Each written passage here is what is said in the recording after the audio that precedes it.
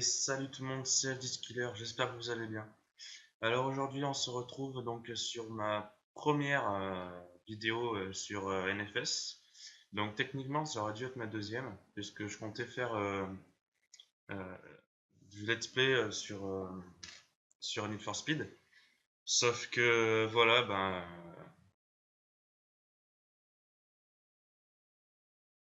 voilà, j'ai demandé à Nono de m'épauler sur le début de la campagne de NFS, puisque j'ai mal géré mon coup sur Need for Speed en faisant ma vidéo. Je vous explique. Euh, j'ai branché mon casque sur mon PC au lieu de le mettre sur la manette de la Xbox. Et du coup, ça a enregistré ma voix, mais pas le son du jeu. Et le son du jeu, si vous voulez, sortait de ma télé dans mon casque, par le micro de mon casque. Et ça grésillait, c'était dégueulasse. Donc voilà, j'ai demandé à Nono, puisqu'il voulait se l'acheter, de faire la vidéo découverte du début de la campagne sur Need for Speed pour vous donner du contenu et le début de la campagne. Donc, euh, donc je vous invite à aller regarder donc sa vidéo pour connaître le début et la première course de NFS. Cette vidéo, si vous voulez, c'est juste après la sortie du garage qu'a fait Nono, c'est juste après, si vous voulez. Noob comme je suis, comme vous pouvez le voir, j'essaye de faire le sprint de Ami, sauf que j'ai pas compris qu'il fallait s'arrêter dedans et dans le bon sens. Voilà, c'est toute une technique. Euh, voilà, donc là je m'arrête et maintenant il faut faire herbe, mon ami. Voilà, très bien. Donc, comme vous avez pu le remarquer, si vous avez lancé la vidéo en 720 ou 1080p sur celle de Nono, le jeu est splendide. C'est le moteur Frostbite développé par DICE pour EA, sur un comme sur un Battlefield. C'est tout simplement sublime. Les cinématiques, c'est apparemment du live action. Donc, c'est ce qu'on peut avoir de plus joli en termes de cinématique aujourd'hui sur Next Gen. Et grâce à ce moteur, quand on est en jeu, vous l'avez sans doute vu, que ce soit sur la vidéo Nono, maintenant si vous regardez cette vidéo, ou sur d'autres youtubeurs, c'est magique, c'est magique. Donc, là, nous sommes en train de faire un sprint donc avec Ami. Donc, pour rappel, Ami euh, est la personne du scénario qui vous permet de débloquer des pièces pour la customisation de votre voiture. Donc chaque personnage du scénario a un rôle bien important, euh, joue bien un rôle différent aussi. On verra plus tard donc dans les prochains épisodes de ce let's play. Euh, c'est Donc quand je dis let's play, c'est que c'est pas vraiment non plus du let's play parce que je suis pas en direct. Voilà, je parle par-dessus une vidéo que j'ai préenregistrée puisque voilà, je n'ai pas assez de temps à consacrer avec mon boulot. C'est comme si à chaque fois je devais jouer, je devais faire une vidéo dessus. Ça prendrait trop de temps et puis c'est un jeu que je joue énormément, donc voilà, j'ai envie de parler avec mes amis. C'est normal que je fasse du commentary sur des vidéos enregistrées. Donc j'espère que vous apprécierez quand même ces vidéos. Euh, et ce qui me permet aussi de donner mes avis et de commenter en direct mes actions et ce qui peut arriver. Voilà. Pour monter de niveau dans ce jeu, c'est des systèmes de réputation. C'est-à-dire qu'il faut impressionner, entre guillemets, euh, le- et, euh, et comment dire, euh, conduire sur les 5 styles différents qui sont proposés dans Need for Speed. C'est-à-dire que, par exemple, si c'est une épreuve de drift, vous gagnerez plus de réputation dans la conduite, dans la vitesse et dans le style. Voilà, vous voyez, il y a 5 petits pictogrammes Et par exemple, dans le style en sprint, voilà, j'ai gagné 0 rep. C'est le style, c'est si vous voulez, c'est voilà quoi, c'est comme le style de conduite. Donc vous trouverez plusieurs informations sur la page Facebook de Need for Speed par exemple. Donc voilà, donc ma première course avec Ami est terminée. Et à chaque fois que l'on finit, pardon, je suis un peu malade en ce moment, donc je suis désolé si je tousse. Donc voilà, comme je disais, à chaque fin de course, donc là j'étais avec Ami, et il nous appelle, il nous contacte pour pour soit nous rappeler, soit pour nous rappeler pour faire une autre course, soit pour nous dire qu'on a été magique et que on est des dieux et tout ça, et que ils s'intéressent de plus en plus à moi, donc ils vont essayer de trouver des contacts pour nous faire des courses. Euh, et pour surtout impressionner les 5 stars qui sont présentes sur une Need for Speed. Nakai-san, Block et puis les 3 autres, je ne me souviens plus de leur nom. Donc voilà, ensuite petite précision, donc ma voiture c'est une Subaru BRZ comme vous avez pu le constater avec une petite peinture Jackie chromée. Donc à la fin de cette vidéo, logiquement, il y a une petite partie personnalisation que je commenterai avec vous. Et là, pour information aussi, ma voiture n'est pas totalement customisée. Elle fait à peine 250 chevaux, même pas. Ouais, elle doit approcher les 250-300 chevaux, je crois. Et, euh, et voilà, si on chope les flics pendant une course, il faut pas stopper. Il faut continuer parce que les flics continuent à nous poursuivre même après la course. C'est important à savoir. Plusieurs fois, j'ai failli me faire avoir au début. Voilà. Euh, Notamment dans la course la vidéo que je devais faire de découverte, j'ai failli me faire arrêter, mais bon voilà, ça c'est ma faute si vous pouvez pas voir cette partie de vidéo. Euh, Ensuite, que dire sur ce jeu?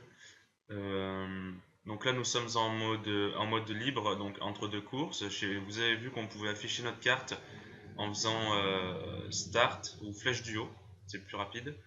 Et voilà, on peut mettre des repères sur la carte et se diriger grâce à la mini-carte pour se diriger. Voilà. Donc là, à ce moment-là, Nono avait rejoint mon groupe d'amis, qui j'ai bien foutu la mort puisque j'ai eu le jeu un jour plus tôt que lui.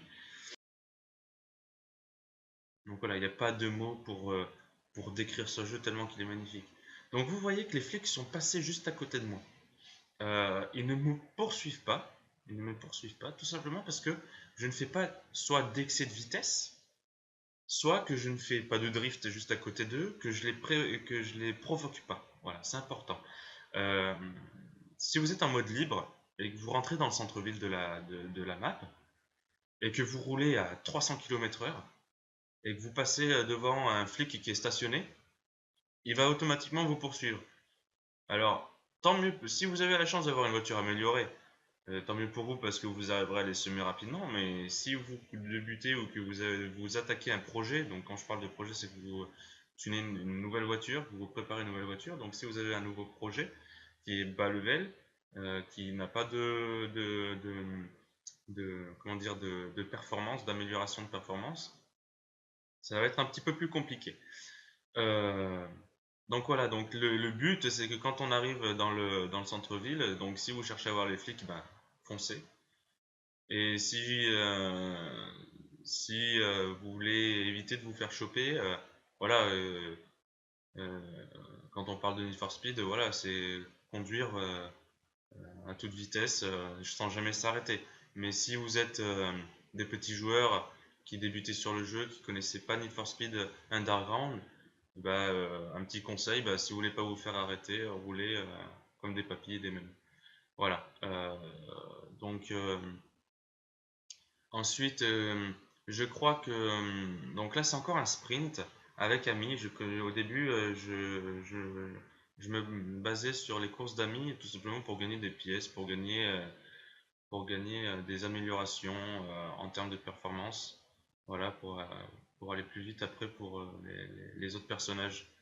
Moi, ce que je regrette un peu sur ce jeu, euh, c'est qu'il n'y a pas de boîte manuelle. Il y a trois choses. Il n'y a pas de boîte manuelle. Moi, dans les jeux de voiture, n'importe quel type de jeu de voiture que ce soit, Need for Speed, Forza, Gran Turismo, je préfère passer en boîte manuelle.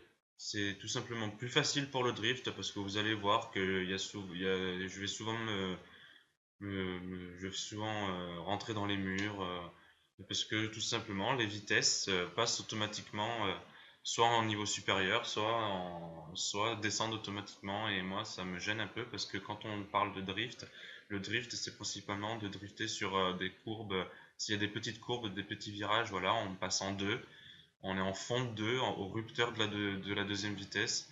Voilà, pour moi c'est ça le drift, c'est on choisit ses propres vitesses. Drifter avec une automatique, c'est quasiment impossible, ou alors il faut bien régler sa voiture, et voilà quoi. Donc il y aura dans un autre épisode, je vous ferai voir les possibilités pour régler sa voiture. Il n'y a pas de souci. D'ailleurs, à l'heure d'aujourd'hui, je suis bien, enfin, presque niveau 50. euh, et comment dire, j'ai quasiment tous mes espaces, mes emplacements de voiture occupés.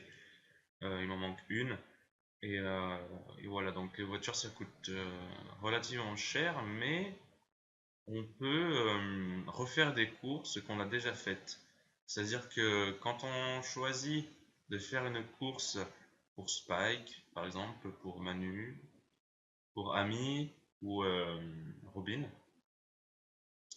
les courses qu'on fait avec eux se transforment en des courses normales que l'on peut faire avec ses potes en coopération. Euh, il faudra qu'on vous fasse une vidéo avec Nono pour vous montrer la- ce qui est possible de faire quand on joue en crew. Et c'est pas mal, franchement, c'est bien parce que ça ajoute un plus au jeu de pouvoir jouer avec ses potes. Par contre, c'est relativement compliqué. On a, on a eu des difficultés à trouver la méthode pour pouvoir se rejoindre. Au début, c'était un peu difficile, c'est-à-dire que avant de lancer le jeu, avant de cliquer sur jouer au début, il faut inviter son pote dans un emplacement libre dans le crew et ensuite on rejoint. Quand on fait jouer, l'autre accepte de le suivre et de suivre la personne qui lance le jeu et, euh, et ensuite on rejoint automatiquement un serveur où il y a deux places libres dans un crew. Et ensuite, on peut, à chaque fois que l'un de nous lance une course, il y a juste à accepter de pouvoir faire la course. Et ensuite, voilà, on fait les courses en ligne. Donc, je me posais une question que j'ai eu ma réponse en jouant en mode libre. C'est-à-dire que quand on joue donc en mode libre, là, comme actuellement, c'est un peu comme The Crew. Je sais pas si vous avez déjà joué, mais vous pouvez regarder nos vidéos qu'on a faites sur The Crew. On le voit. C'est-à-dire que, voilà, comme vous voyez la personne qui est arrivée, qui est passée, c'est des drive avatars, comme dans Forza, mais aussi il y a des vrais joueurs. On est 8 par serveur. Et dans la map, voilà, je ne sais pas si quand je remettrai un marqueur, j'espère qu'on le verra, mais il y a 8 vrais joueurs par map sur chaque serveur. Donc on peut jouer avec eux, on peut les défier, on peut se défier mutuellement. Et surtout, quand on est en course et que les autres joueurs sont aussi en course ou sont en mode libre et qu'on est sur leur trajectoire, ils ont la possibilité d'enrayer notre course. Mais nous aussi, on peut le faire. Voilà, je ne sais pas si vous voyez un peu ce mix. Euh, c'est assez chaud à visualiser, mais on le verra dans d'autres épisodes. Quand, euh, quand on est en course, les autres joueurs peuvent euh, tout simplement détruire notre course. Voilà, on peut finir dernier grâce à eux. Voilà, C'est tout simplement, c'est aussi simple que ça. Vous pouvez regarder sur la mini-carte, il y a des flèches qui tournent, qui font une forme de cercle. On verra plus tard ce que c'est. En fait, c'est des petits. Il y a trois types de petites icônes comme ça. On les verra dans un autre épisode parce qu'au début que je jouais, je n'avais pas compris ça. Ce que c'était. Donc on verra ce que c'est, ce que ça permet de faire, et je vous expliquerai en temps vu. Voilà. Là, je pense que je vais passer cette partie de vidéo jusqu'à la prochaine course. Allez, à tout de suite. Là, voilà, parfait. Donc, après deux sprints, nous allons faire du drift. Euh, donc là, tu fais B, mon ami. Voilà. RB. Voilà. Donc, je vais vous expliquer un petit détail qui est très important si vous débutez sur The Crew, que je n'avais pas compris au début, donc ça vous permettra de mieux réussir vos courses au début. C'est-à-dire que quand on fait du grip, euh, quand on fait un sprint ou un drift, à chaque début de course, il faut bien regarder quelle course on va faire. Si c'est du drift ou du sprint, en fait, il faut faire un voyage rapide dans notre garage pour régler notre voiture. Je vais vous expliquer pourquoi. Là, je suis en drift. Après avoir fait deux courses en sprint, j'ai pas regardé quelle course c'était. Et il s'est avéré malheureusement que ce soit un drift. Pourquoi malheureusement? C'est parce que ma voiture était réglée en grip. Donc elle accrochait. Et c'était très difficile de la faire partir en drift. Vous voyez, même avec du frein à main, la voiture prend pas d'angle. Elle ne prend pas d'angle. Et ça va que je vais bien gérer la chose. Parce que là, vous voyez que je suis que deuxième et j'ai 2000 points de retard sur le premier. Donc il faut que je gère avec l'accélération. En plus, on est en automatique, donc la voiture passe pas les bons rapports au bon moment. Donc vous voyez que c'est quand même un réglage assez important et que je ne comprends pas pourquoi ils l'ont pas fait, puisque dans Underground 2 sur PS2, ils l'avaient fait à l'époque. Et ça fait 10 ans de ça. Alors, oui, je me révolte un peu, parce que c'est quasiment impossible de pouvoir drifter et c'est carrément plus compliqué. Et je sais que Nono, lui, arrive très bien à drifter. C'est juste en fait, euh, il y a des voitures qui sont plus faciles que d'autres à faire partir, comme les Mustangs par exemple. Les Mustangs sont beaucoup plus faciles à faire partir en angle, puisque c'est des propulsions et qu'il y a un V8 sur les roues arrière, donc c'est carrément plus facile. Une BRZ étant une traction avant, c'est un peu plus compliqué. Euh, donc, il faut bien gérer et au début, il faut.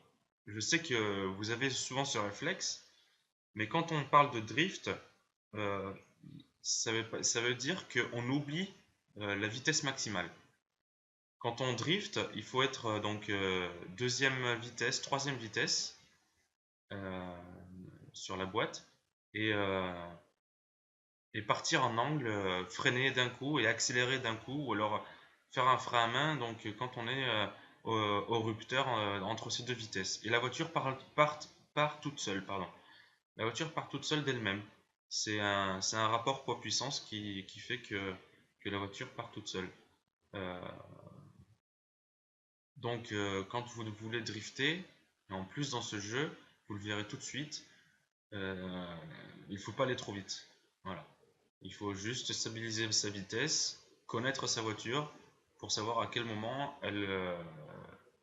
pour savoir où est sa limite pour partir en drift.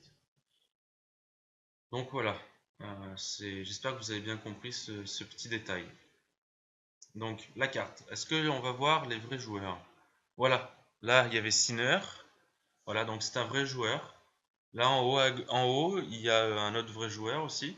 Vous voyez, et là il y en a deux autres, voilà. Donc vous voyez qu'on est 8 par serveur et qui se baladent sur la même carte et qui sans doute est en train de faire des courses et que nous aussi on peut altérer leurs courses. Donc là on va se téléporter logiquement dans le garage. Donc, vous pouvez voir les dégâts. Euh, bon, c'est minime, hein, assez subjectif.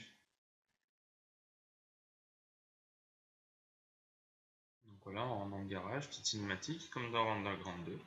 Je ferai toujours ce rapprochement entre Underground 2, puisque c'est un retour aux sources.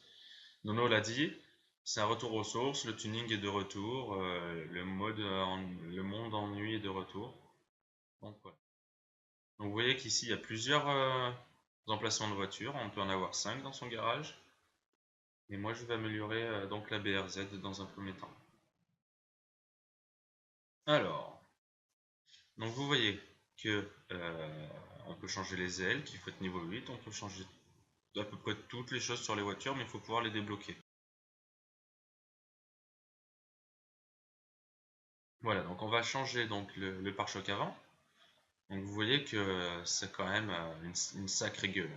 Donc je vais prendre celui-là, le premier, et on va passer tout de suite après au pare-choc arrière. Donc vous voyez que par contre, quand on choisit des pare-chocs, là je voulais essayer de mettre une lame de pare-choc, sauf qu'avec ce pare-choc, il n'y avait aucune lame qui était possible d'additionner à ce pare-choc là. Donc c'est assez... voilà, on est assez limité en termes de personnalisation, quoi. Ça a de la gueule, mais voilà, quoi, c'est pas top sur certaines choses.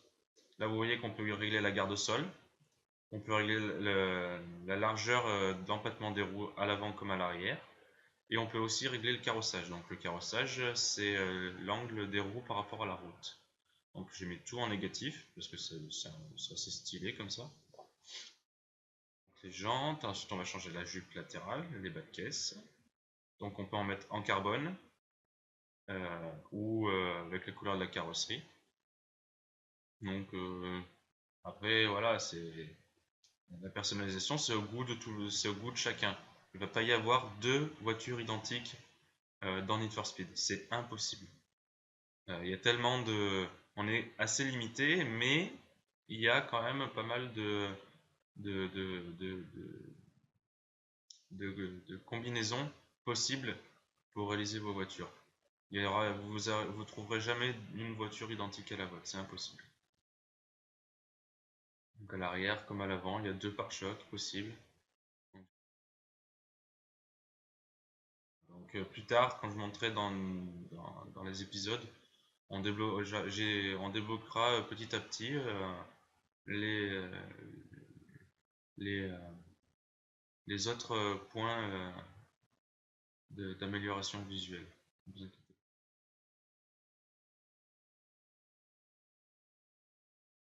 Vous voyez quand même que la peinture a une sacrée gueule, hein. Bon, certes c'est du chromé, mais le rendu est quand même super sympa. Donc voilà, les amis, pour ce deuxième épisode, je vais l'appeler quand même deuxième épisode. Euh, on verra, parce que le premier c'est Nono qui l'a fait. Donc j'espère que vous avez apprécié. J'espère que vous aimez ce jeu et aussi que nos vidéos vont forger votre avis et peut-être qui sait acheter ce jeu.